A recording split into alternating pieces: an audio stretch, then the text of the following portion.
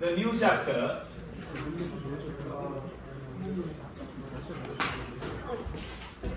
homeostasis. Now, you guys are learning about homeostasis since grade 6, right? Now, who will tell me the definition of homeostasis which you learned in grade 6 and then in O levels? Who remembers? So maintaining of the definition is still the same. Maintaining of the internal conditions of the body. Very good. Maintaining the internal environment of the body within a narrow range, right, by negative feedback. Let me write down the definition and then we'll discuss it in detail. That it is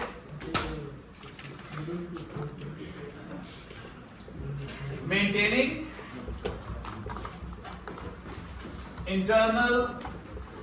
Is this the A2 definition?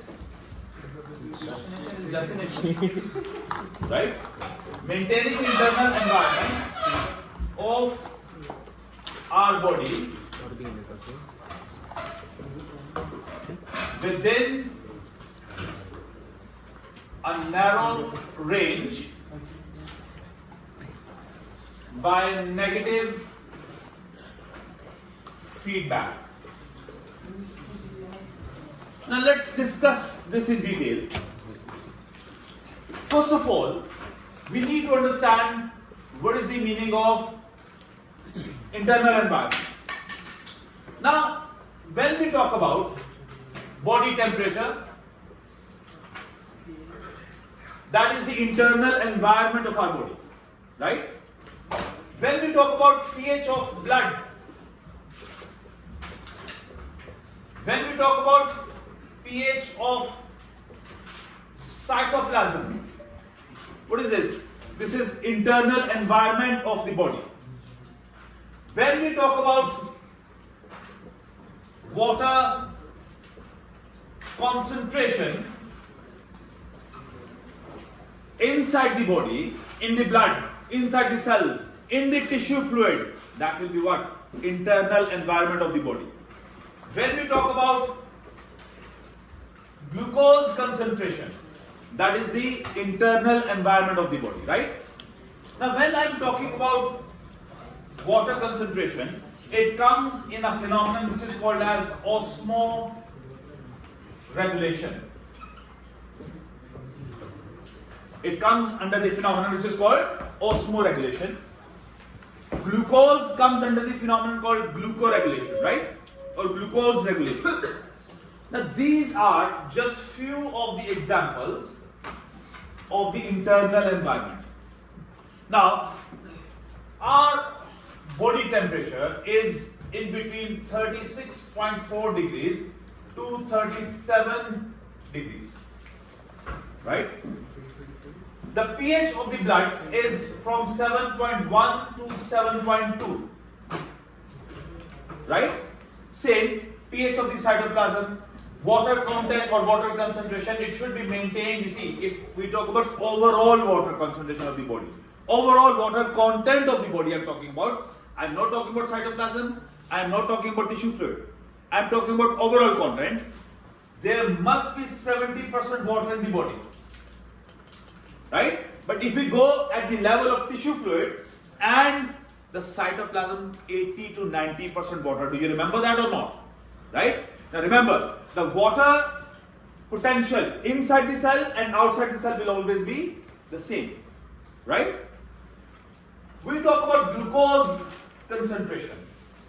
Now, a normal person, right, he has a glucose concentration from 70 milligram per deciliter to 120 milligram per deciliter. The blood glucose level should not fall below this, it should not go above this. Right? So if you see at the second part of the definition, I said maintaining internal environment within a narrow range. Right? So these are narrow ranges. In between there must be an equilibrium. There must be an equilibrium. It should not fall or it should not increase that from that narrow range, right? And it can only be maintained by the process which is called negative feedback. And this is called homeostasis. Now, we can modify this definition and we can make it more advanced, a bit more difficult. We can say maintaining internal physiological environment of our body, because this is all what? Physiology, functioning of the body. Physiology is what? Functioning of the body, right? Of our body within a narrow range at an equilibrium by negative feedback, right? So we just increase some name, you see words, but the definition's main content is what? The same. The definition which I wrote before, it was the simplest definition which you could understand. Now, next question, you see, you understood. Sir, what is internal environment? You understood. This is internal environment. Few examples. You also understood what is narrow range, but the question stands here. Sir, what do you mean by negative feedback? Again, I can bring a very complicated definition of a negative feedback, but we are here to understand this stuff, right? So let me write down a very simple definition of negative feedback.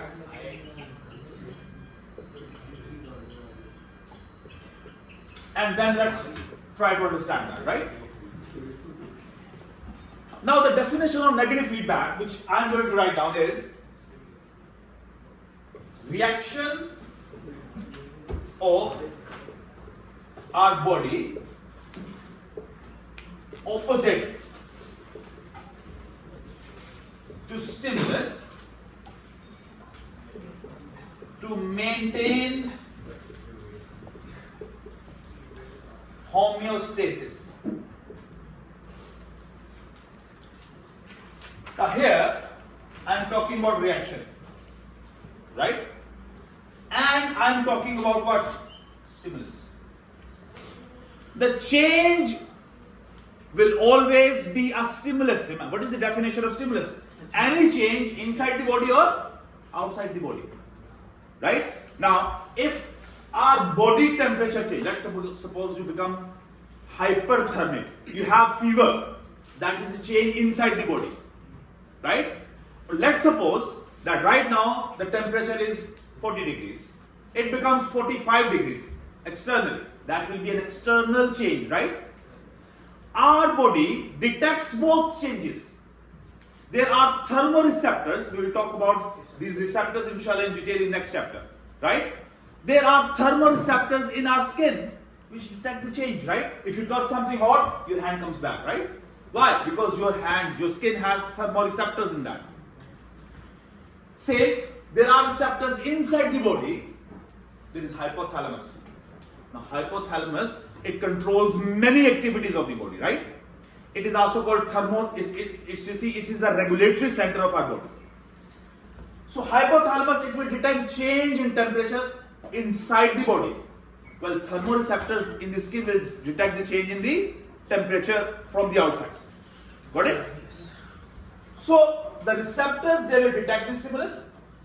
Then they will send the message to the control center. First of all, there is stimulus.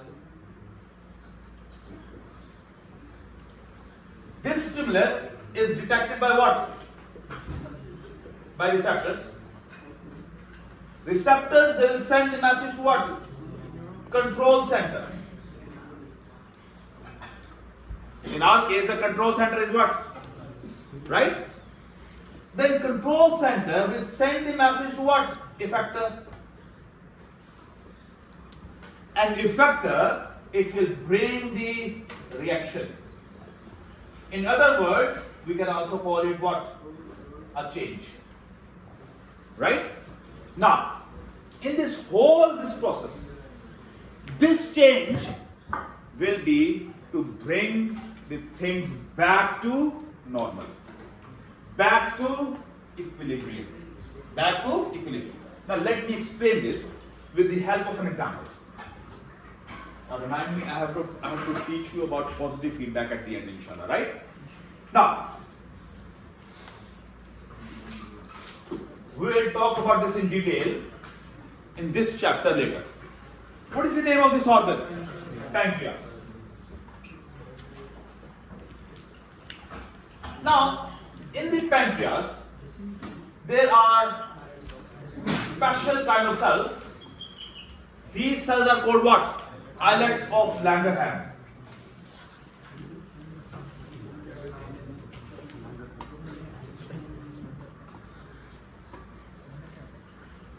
Now, Langerhans was the scientist who discovered these cells.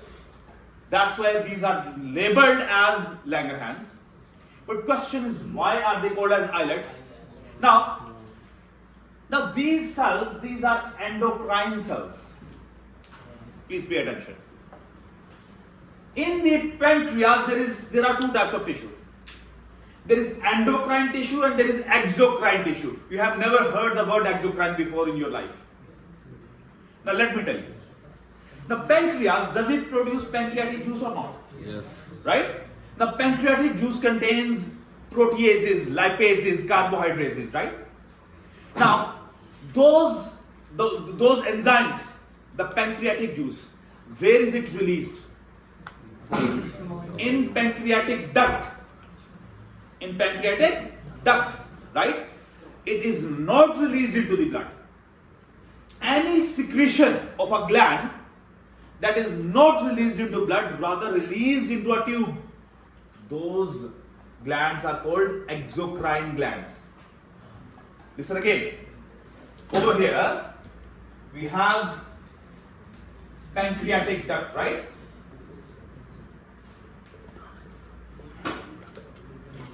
Which goes into the small intestine, right?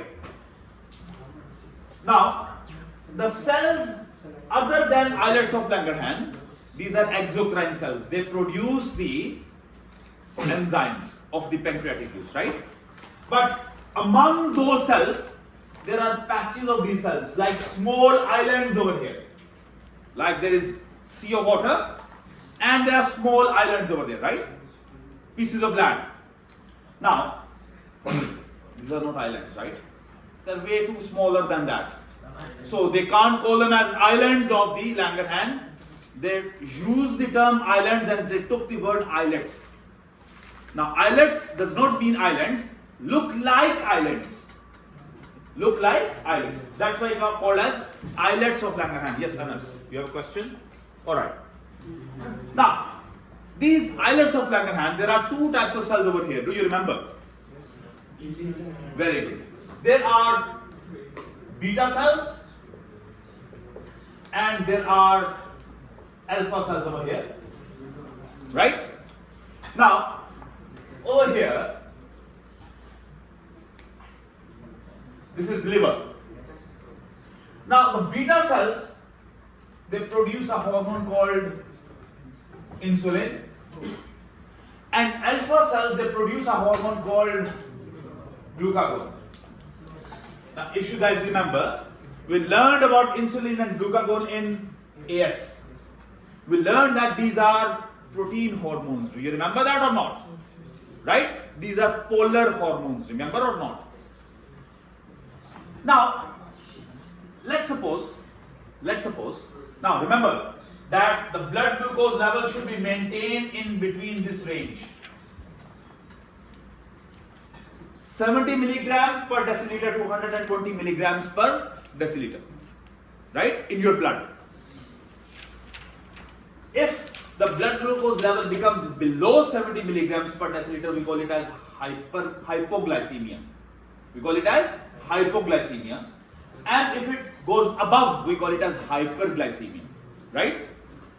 Let's suppose that a person took some sweets, right? What will happen?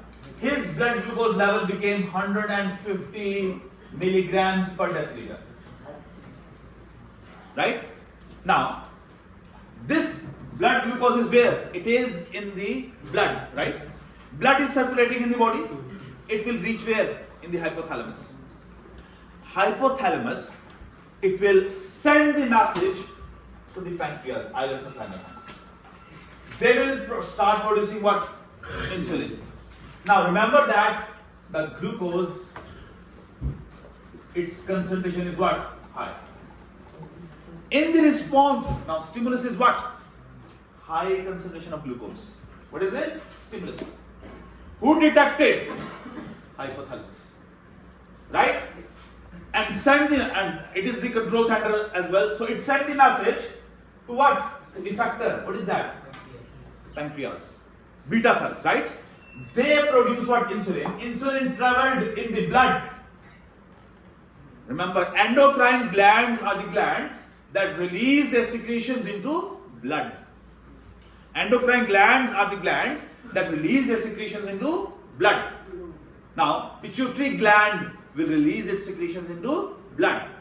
Thyroid gland will release the thyroxine in the blood. Adrenal gland will release adrenaline in the blood, right? So remember, when I say endocrine, secretions are going into blood. With the blood, insulin reached where? In the liver. In the liver, what will happen? That this insulin will change the glucose into glycogen. When the glucose will change into glycogen, because of that what will happen? Glucose concentration will lower and it will go to what? Equilibrium. It will go to where? Equilibrium. And that equilibrium is what? Range in between somewhere over here. In between somewhere over here. Understood? Now look here. What was the stimulus? High concentration of glucose. What was the stimulus? High concentration of glucose. And in reaction, what happened? Glucose concentration is lowered. In reaction, glucose concentration is lowered. Now come back to definition. Reaction of our body opposite to maintain negative feedback. Got it now? So whenever the reaction will be there, which is will be opposite to the stimulus, we will go into negative feedback. Let's take another example. What happened? That the person, he did not eat for a long time. After taking sweets, he felt that, you see, I have done bad with myself. I took too much sweets, I'm not going to eat for the rest of the day. Right? And I want to do exercise as well. So, after some time, what happens? That he has consumed the glucose which was in the blood. Most of it, right? So what will happen? His blood glucose level will fall below 70. Let's suppose it becomes what? 65 milligrams per deciliter. Right? Now what has happened? Decrease in blood glucose. Who will detect? Hypothalamus. Right? Will send the message to alpha cells. Alpha cells will produce what? Glucagon. Glucagon will travel in the blood to the liver and will act on the glycogen. And glycogen will be converted back to glucose. Now, what was the stimulus in this case? Low blood glucose. Understand? Receptor detected it. Control center sent the message to effector. Beta cells. Alpha cells, sorry, right? Sir, what is the control center? Brain. Sir, isn't hypothalamus the detector? Detector, and it is present in the brain. Right? So it is also detecting and sending the message. Okay. Right? And then glucagon will go and glycogen will be converted into glucose. And glucose concentration will become what? High. Now, stimulus was low glucose. Reaction is higher glucose. So reaction is opposite to the stimulus. Understand? We call it what? Negative feedback.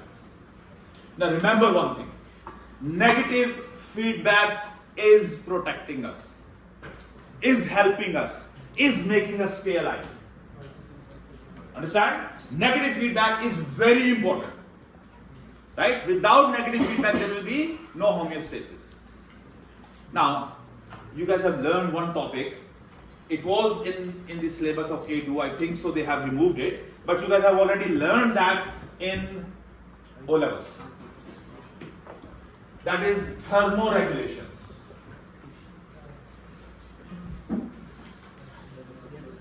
They have, I think so, removed this topic from A2 right now. What is thermoregulation? Maintaining the body temperature within this narrow range. Now I'm going to remind you a few things. You guys already remember. In winter, external temperature, it can be like 10 degrees. Some places it can be 0 degrees. Some places in the world it can be minus degrees. Canada, right? Now, but our body temperature is what? 37 degrees we say. Now, according to laws of thermodynamics, heat is always radiated from the warmer to colder object. Happens or not?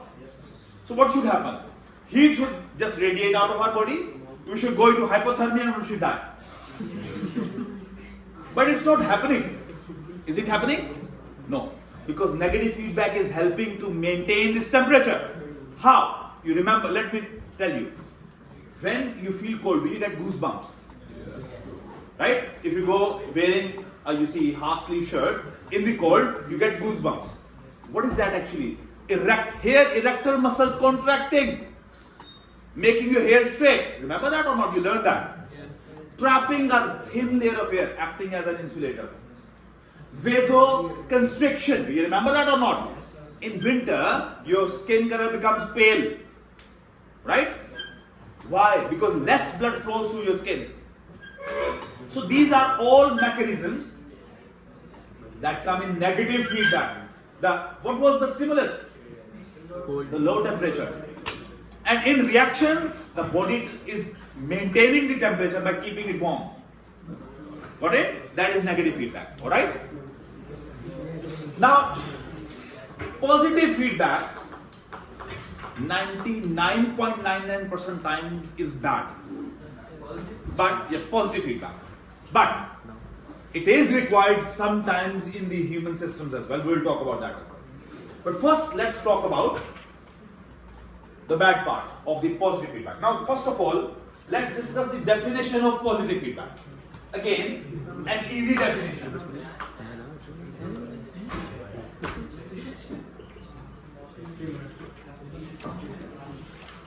Now, sir, please pay attention. Positive feedback is that when reaction of our body increase with increase in stimulus. What is happening? Reaction is increasing with increase in stimulus. Let me explain this. Now, I'm just going to draw a small diagram of your brain. And I'm drawing it small because We have small brain. I don't have enough space, that's why.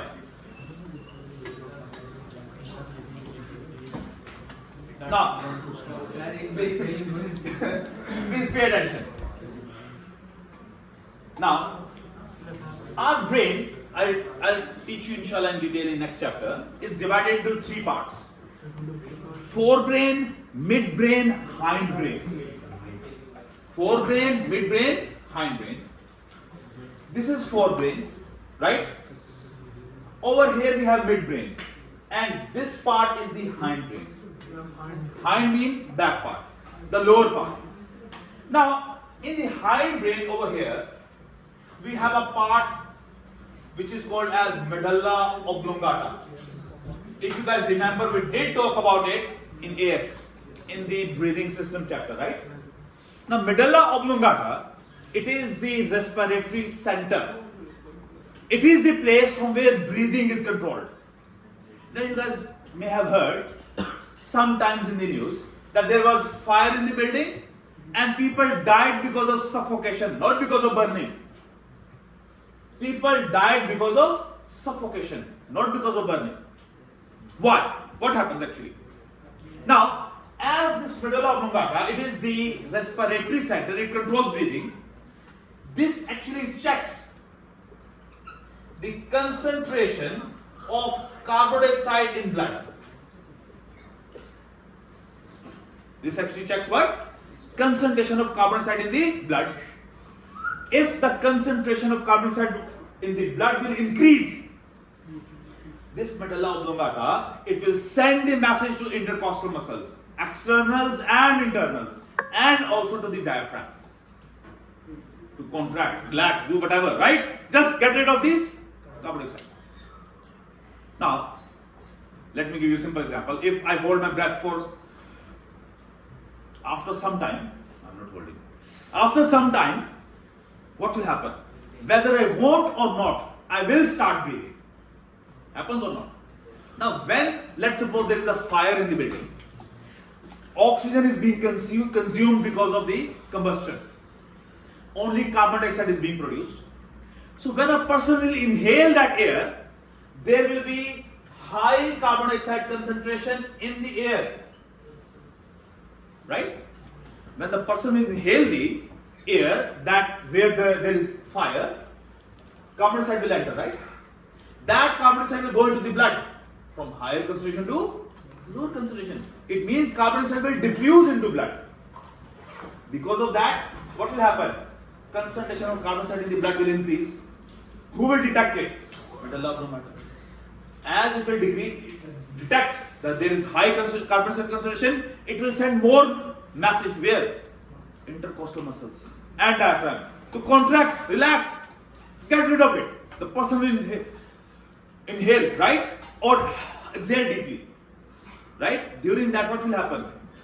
More carbon dioxide will come in, right? So what is happening? Reaction is increasing with the increase in what stimulus? In this case, what is the stimulus? Increase in carbon dioxide concentration, right? And in reaction, person is breathing more faster and inhaling more and more carbon dioxide, and eventually death because of. Understood? So this is the positive feedback. So this is one example where positive feedback is bad. Give me just 1 minute. 1 minute. I know period is finished. Where this is good.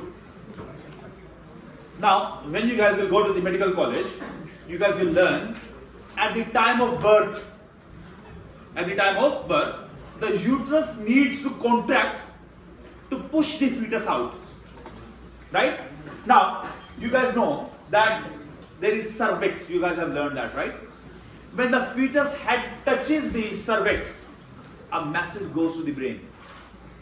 And the posterior part of the pituitary releases a hormone, oxytocin. You have learned about that. Oxytocin comes and it binds to the wall of the uterus and causes contraction. The more the head touches the cervix, more release of oxytocin. Understand? And more contraction. So what is happening? Increase in stimulus. Head touching the cervix is what? Stimulus. And more release of oxytocin. More contraction, and baby will be pushed out of the birth canal. Understand? So this is the example of positive feedback. Second example. Understood, everyone? Yes. So inshallah in the next class we'll talk about osmoregulation. Inshallah.